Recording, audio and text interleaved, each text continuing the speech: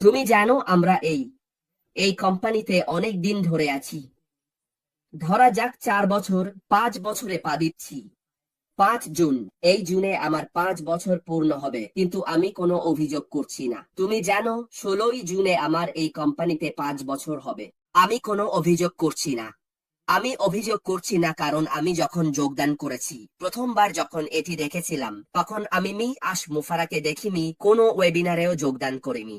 আমি নিজেই গুগল করেছিলাম এবং দেখেছিলাম এই কোম্পানিটা, যদিও এটা ছিল আমাদের প্রথম প্রথম প্ল্যাটফর্ম, এটা ছিল ইন্টারনেট মার্কেটিং, বুঝলে। কিন্তু আমি এটা গভীরভাবে দেখেছিলাম। আমি বলেছিলাম এই কোম্পানিটা মানুষ যা ভাবছে তা নয়, এটা এটা একটা আইটি কোম্পানি। এটাই আমি দেখেছিলাম। আমার নিজের চুপচাপ সময়ে ভিনসেন্টকে ফোন করার আগেই আমি কিছু একটা দেখেছিলাম। তুমি জানো আমি বিচার করছিলাম। তারপর আমি আমার কিছু বন্ধু, আমার ছেলেদের, আমার সহকর্মীদের সাথে দেখা করলাম, যারা সবাই IT engineer, developer, full stack developer. ওরা আমার সঙ্গে একমত হয়েছিল। ওরা বলল, কলিন্স, এই কোম্পানিটা 10 বছরের কম সময়ে কিছুই করবে না। প্রথমেই আমি ওদের জিজ্ঞেস করেছিলাম, আমি বলেছিলাম, তোমরা কি মনে করো এটা সম্ভব? ওরা বলল, সম্ভব, কিন্তু অনেক সময় লাগবে, আর ওরা অপেক্ষা করতে রাজি নয়। এই কারণেই বেশিরভাগই যোগ দিতে চায়নি, কারণ ওরা বলেছিল ওদের কাছে অপেক্ষা করার মতো সময় নেই। আমি বললাম, ঠিক আছে, ভালো খবর হচ্ছে যদি এটা সম্ভব হয় এবং আমরা এমন কিছু খুঁজছিলাম যার অংশ হতে পারি, তাহলে আমাদের এগিয়ে যাওয়াই ভালো। ওরা বলল, না। আমি বললাম, না, আমি যোগ দিচ্ছি। খরচ কত? এটা তো একেবারে শূন্য তুলনায়। যদি আমরা অন্য কোনো আইটি কোম্পানির কথা ভাবি, কোনো আইটি কোম্পানি আমাদের যেটা দিচ্ছে সেই দামে তোমাকে সুযোগ দেবে না, কারণ এটা তো একেবারে কিছুই না। যদিও কিছু মানুষ ভাববে, ওহো, কিন্তু আমি তো এই দেশে আছি, আমি এটা দিই, এটা আমার জন্য অনেক ভারী। না, এটা ভারী নয় যখন আইটি কোম্পানির কথা আসে, কারণ এখানে তেমন বেশি নেই। আইটি কোম্পানির ক্ষেত্রে কেউ তোমার জন্য দরজাই খুলবে না, এমনকি শুরুতেই গন্ধ পাওয়ার সুযোগও দেবে না। কিন্তু আমরা জানি সময় লাগে, এটাই প্রথম বিষয়। প্রথমেই আমি জানি আমাকে ধৈর্য ধরতে হবে, আমাকে অবিচল থাকতে হবে, আমাকে হতে হবে, আমাকে নিয়মিত চেষ্টা করতে হবে। মুফারা কি করছেন সেটা দেখতে হবে। আমার নিজের চেষ্টায় শুধু বসে থাকি, আরাম করি। আমি সফটওয়্যার তৈরি করছি না, কিন্তু আমি নিশ্চিন্তে আরাম করছি, কারণ আমি জানি উনি যা তৈরি করছেন তা শুধু আমার জীবন নয়, আরো অনেক মানুষের জীবন বদলে দেবে। আমি জানি এটা হবে সেরা কোম্পানি, আমি জানি এটা হবে গ্লোবাল কোম্পানি এবং মানবজাতির দেখা সবচেয়ে বড় কোম্পানি। আমি যেদিন যোগ দিয়েছি সেদিন থেকেই এটাই আমার আশা, আর আমি কখনোই এই কথাটা বদলাইনি। হ্যাঁ, অনেক কিছু ঘটতে পারে, কিন্তু সব আইটি কোম্পানিতেই এমন হয়। এটাই প্রথম নয়, আর এটাই শেষও হবে না। এটা আবারও ঘটবে, বারবার ঘটবে, বুঝতে পারছো? আমরা যখন এটা দেখছি, যাই ঘটুক না কেন, সেটা কারণ আমরা এই যাত্রার অংশ। যদি আমরা এই যাত্রার অংশ না হতাম, যারা আমাদের পরে আসবে তারা কিছুই দেখতে পাবে না। তারা শুধু এসে তাদের সামনে কিছু অসাধারণ কিছু দেখতে পাবে। তাই যখন তুমি ভেতরে থাকো তখন তুমি যাত্রাটা দেখতে পাও। এটা কঠিন রাস্তা হতে পারে, আবার মসৃণও হতে পারে, কিন্তু কখনোই পুরোপুরি মসৃণ হয় না। কিছুই। আমার দাদু সব সময় বলতেন, সব ঝকঝকে জিনিসই সোনা নয়। তুমি যা কিছু অর্জন করতে চাও সেটা হোক, জানো, সেরা জিনিসগুলো পেতে সব সময় সময় লাগে। তুমি যদি সেরা স্যুপ খেতে চাও, জানো কি, ওটা রান্না করতে অনেক সময় লাগে। তুমি যদি সেরা খাবার খেতে চাও, সবাই বলবে ওটা রান্না করতে সময় লাগে। এই ঠিক একইভাবে এই পণ্য, এই কোম্পানি যেটা মিস্টার মুফারা তৈরি করছেন, জানো, এটা তৈরি করতেও অনেক সময় লাগে। কিন্তু যখন আমরা এটা দেখি তখন এমন সময় ছিল আমরা পুরনো টেক প্রো হিসেবে এসেছিলাম, বলেছিলাম, ঠিক আছে, আমরা অনেক কিছু বিশ্লেষণ করতে চাই, যাতে বলা যায় একটা পণ্য তৈরি করতে কত সময় লাগবে। যেমন বব বলেছিল, সে কোম্পানিতে 3 বছর কাজ করেছে। একটা পণ্য রিলিজ করাটাই ছিল কঠিন। আমি কোম্পানিতে 4 বছর কাজ করেছি, আমরা শুধু একটা ফাংশনালিটি রিলিজ করতে পেরেছিলাম। আমি যখন ছেড়ে গেলাম তখনও পুরো পণ্যটা তৈরি হয়নি, তারা তখনও তৈরি করছিল, জানো। তাই এটা বিশাল ব্যাপার, বিশেষ করে সাধারণ অ্যাপ্লিকেশন হলেও, জানো, এটা খুবই জটিল। জানো মিস্টার, এটা তোমার জন্য ব্যবহার করা খুব সহজ করে দেবে, কিন্তু পেছনের জটিলতা একেবারে পাগল করা।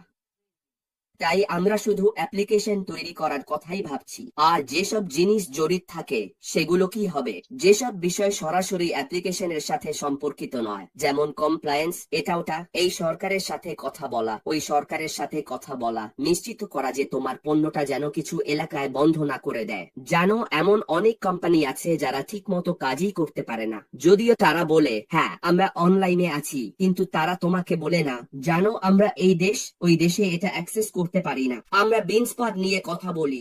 মার্কিন যুক্তরাষ্ট্রে যারা আছেন তারা বিনস্পার অ্যাক্সেস করতে পারেন, কিন্তু যুক্তরাজ্যে, কারণ তারা বলে তারা এখানে অপারেট করার লাইসেন্স পায়নি, তারা টাকা দেয় না। যদিও এটা এটা জানোই তো, ইন্টারনেট স্পেস বা যাই বলো না কেন, কেন আমরা এটা অ্যাক্সেসও করতে পারি না? এটা কমপ্লায়েন্সের জন্যই। তারা বলেছে না আমরা এটা অনুমতি দিতে পারি না, কিন্তু যারা যুক্তরাষ্ট্রে আছেন তারা এটা দেখতে পেরেছেন, কারণ তারা এখানে কমপ্লাই করেছে, কিন্তু ইউরোপে তারা কমপ্লাই করেনি। তাই এগুলোই হচ্ছে কমপ্লায়েন্স সংক্রান্ত বিষয়। কিন্তু এখন যখন আমরা প্রযুক্তির দিকে তাকাই, আপনি কি মনে করেন টিমের কত সময় লাগে রিকোয়ারমেন্ট বুঝতে? এটাই মিস্টার অ্যাশ মুফারা তৈরি করতে চান। কখনো কখনো তারা ঘুরে ফিরে বারবার একই জায়গায় ঘুরে বেড়াতে পারে। এতে 6 মাসও লাগতে পারে, এতে 3 মাসও লাগতে পারে। একটা সাধারণ রিকোয়ারমেন্ট বুঝতে তাদের 1 মাসও লাগতে পারে। আপনার কি মনে হয় ডিজাইন আর আর্কিটেকচার বুঝতে তাদের কত সময় লাগবে? এটা আবার একদম আলাদা একটা ধাপ। এটা একেবারে পাগলামি। এটা চলে যায় রিকোয়ারমেন্ট থেকে, আপনি সেটা ভেঙে নেন, তারপর ডিজাইন আর আর্কিটেকচার করতে হয়। এতে সময় লাগে। আমি এখানে একটা সাধারণ ফাংশনালিটির কথা বলছি, পুরো একটা প্রোডাক্টের কথা বলছি না। একটা সাধারণ ফাংশন। আমি বলেছিলাম মিস্টার আশমোফারা, ধরা যাক আমাদের ভিজুয়াল কনফারেন্স আছে আর সেটা আগেই তৈরি আছে। কাস্টমার বললেন আমরা একটা ফাংশন চাই, আমাদের জন্য কাস্টমাইজ করে দিন, আমাদের ব্যবসার জন্য এভাবে ওভাবে সাজিয়ে দিন যাতে এটা আমাদের কোম্পানিতে মানিয়ে যায়। আমরা চাই আপনি এটা এইভাবে সাজান। আপনার কি মনে হয় ওদের এই রিকোয়ারমেন্টটা বুঝতে কত সময় লাগবে? মিস্টার আশ বলবেন ঠিক আছে, এটাই আমার টিম, এটাই আমাদের চাহিদা, যেটা আমরা করতে চাই। আপনার কি মনে হয় এই টিমটা এটা বুঝতে কত সময় নেবে? এটা সময় লাগে। আপনার কি মনে হয় ওরা এটা ডিজাইন ও আর্কিটেকচার তৈরি করতে কত সময় নেবে? ডেভেলপমেন্টে যাওয়ার আগে, টেস্টিং এ যাওয়ার আগে এটা সময় নেয়। তারপর আপনাকে এই সব কিছু পেরোতে হয়। আপনি জানেনই তো পুরো চক্রটা, এটা বারবার লুপে ঘুরে চলে। কিছু একটা তৈরি করতে গেলে একটার পর একটা লুপ চলতেই থাকে, যতক্ষণ না চূড়ান্ত ভার্সনটা বের হয়। আমরা আইফোন ব্যবহার করি, আমরা যে শেষ ভার্সনটা দেখছি আইফোন 16, সেটা কাস্টমার হিসেবে আমরা শুধু দেখতে পাচ্ছি। আমরা কি জানি আইফোন 16 এর কতগুলো ভার্সন ছিল যেগুলো তারা বাতিল করে দিয়েছে? তারা বলেছে এটা উদ্দেশ্যের জন্য ভালো না, এটা বাজারের জন্য ভালো না, এটা বাজারের জন্য ভালো না। সম্ভবত 20 বার তারা বাতিল করেছে, তারপর চূড়ান্ত ভার্সনটা বের করেছে। শেষ ভার্সনটাই আমরা এন্ড ইউজার হিসেবে দেখতে পাই।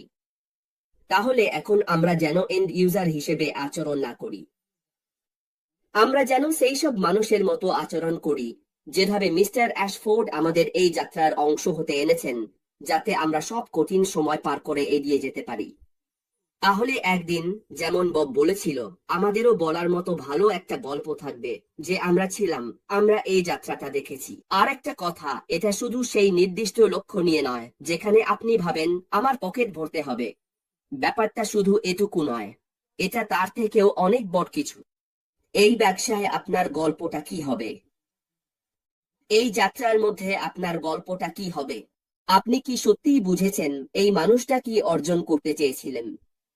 আপনি কি জানেন কতবার কত কঠিন সময় এসেছে? অনেকেই আছে, আপনি যদি তাদের জিজ্ঞেস করেন, তারা শুধু চায় শেষ ফলাফল, পকেট ভরানো। তারা একটুও বোঝে না যে এই জিনিসটা সময় নেয়। বব যেমন বলেছিল, তুমি চাইলে চলে যেতে পারো, এখানে থাকতে তোমাকে কেউ জোর করছে না, বুঝলে তো?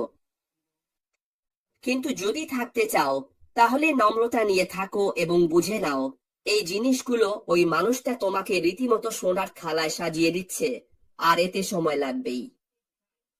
আমরা ওনাকে চেপে ধরতে পারি না, ছিঁড়ে ফেলতেও পারি না।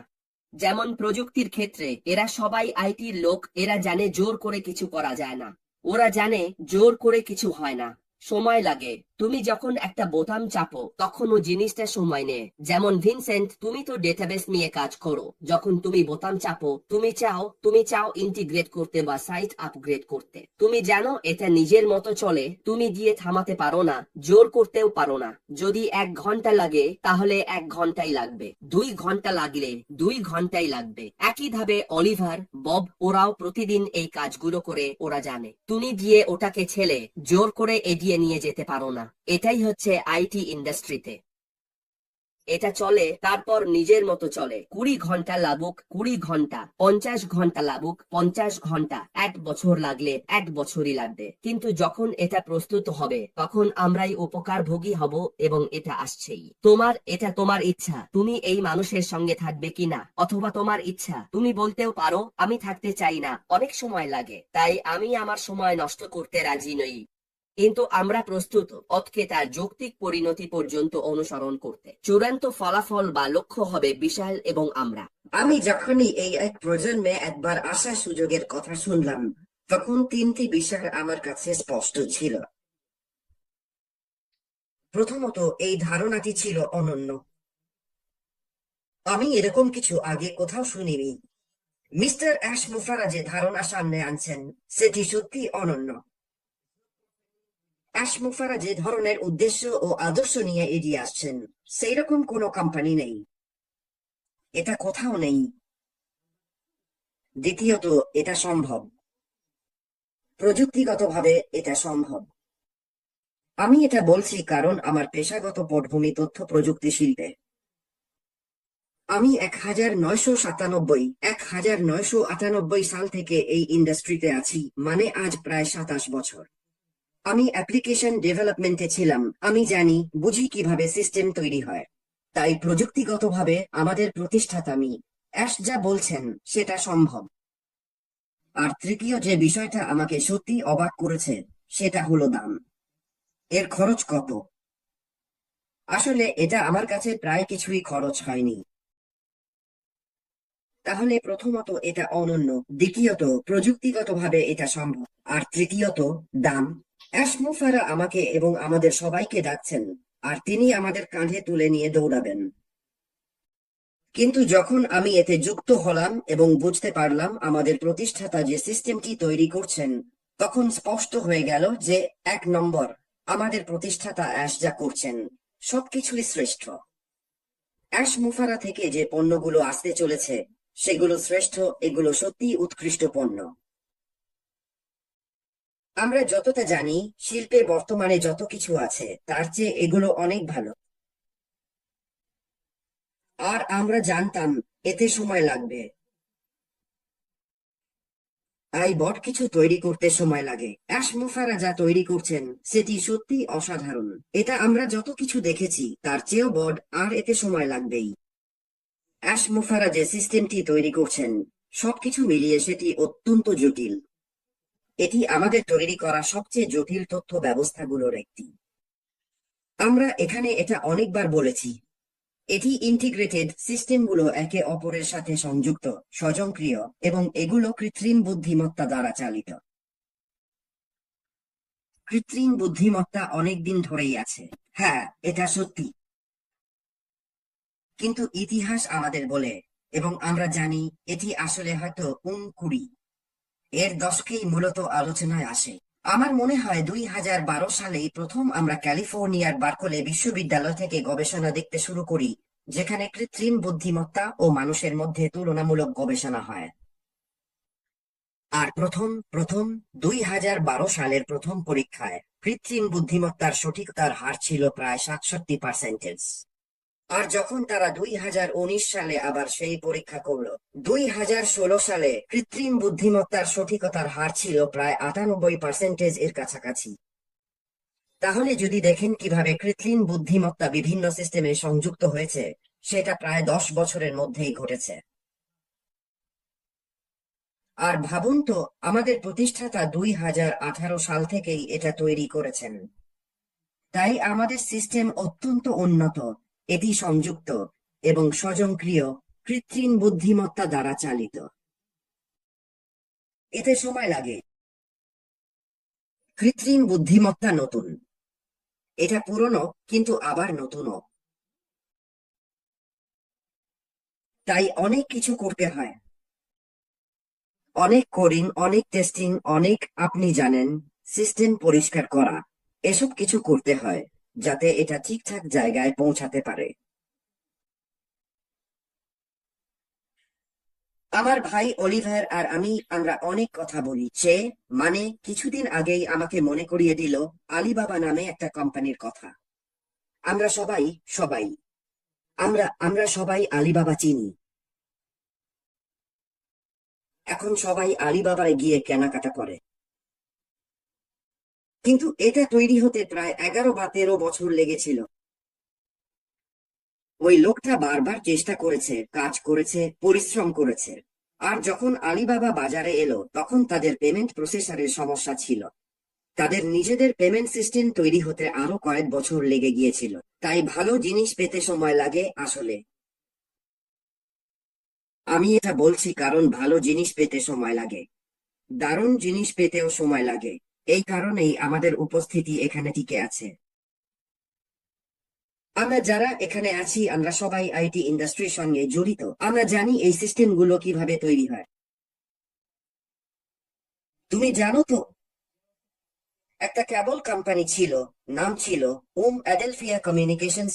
ব্রাদার আমাদি, আমি যখন সেখানে কাজ করতাম তখন ছিল 2000 সালের শুরুর দিকে। অ্যাডেলফিয়া কমিউনিকেশনস নামে ওই কোম্পানিটা ছিল। তারা তারা পেনসিলভানিয়া এলাকা এবং নিউ জার্সির কিছু অংশে পরিষেবা দিত।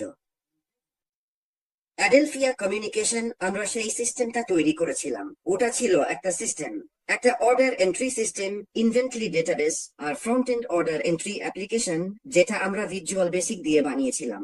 আমাদের 3 বছর লেগেছিল একটা অ্যাপ্লিকেশন সোজা। এখন আমরা এমন একটা জটিল সিস্টেমের কথা বলছি যেটা দুনিয়া আগে কখনো দেখেনি। এটা একটা বিপ্লবী সিস্টেম যেটা আশমুফারের সামনে নিয়ে আসছেন। এটা কোনো সাধারণ সিস্টেম নয়, তাই সময় লাগবেই। এটা এমন একটা সিস্টেম হতে চলেছে যা মানুষের তৈরি সেরা সিস্টেমগুলোর মধ্যে একটা হবে, আর এতে সময় লাগবেই। আমি এখানে আমাদের সবার কথা মনে করিয়ে দিতে চাই, গত সপ্তাহে মানে 2 সপ্তাহ আগে আমাদের আউটাক প্রোস ছিল। আর আমার মতে ওটা ছিল অলিভার ফোর্টেহার সেরা পারফরম্যান্স গুলোর একটা। তাই আমি আমাদের সবাইকে অনুরোধ করছি আবার ফিরে যেতে। এমনকি ভাই আমাদিও, আপনি চাইলে অলিভার যেখানে কথা বলেছেন সেই অংশটা কেটে দিতে পারেন, যাতে আমরা সবাই সত্যিই বুঝতে পারি কেন আমরা বলি বট কিছু তৈরি হতে সময় লাগে। আমাদের প্রতিষ্ঠাতাকে আশমুফারের প্রভাব এবং উনি যে সিস্টেমগুলো তৈরি করছেন তার গুরুত্ব।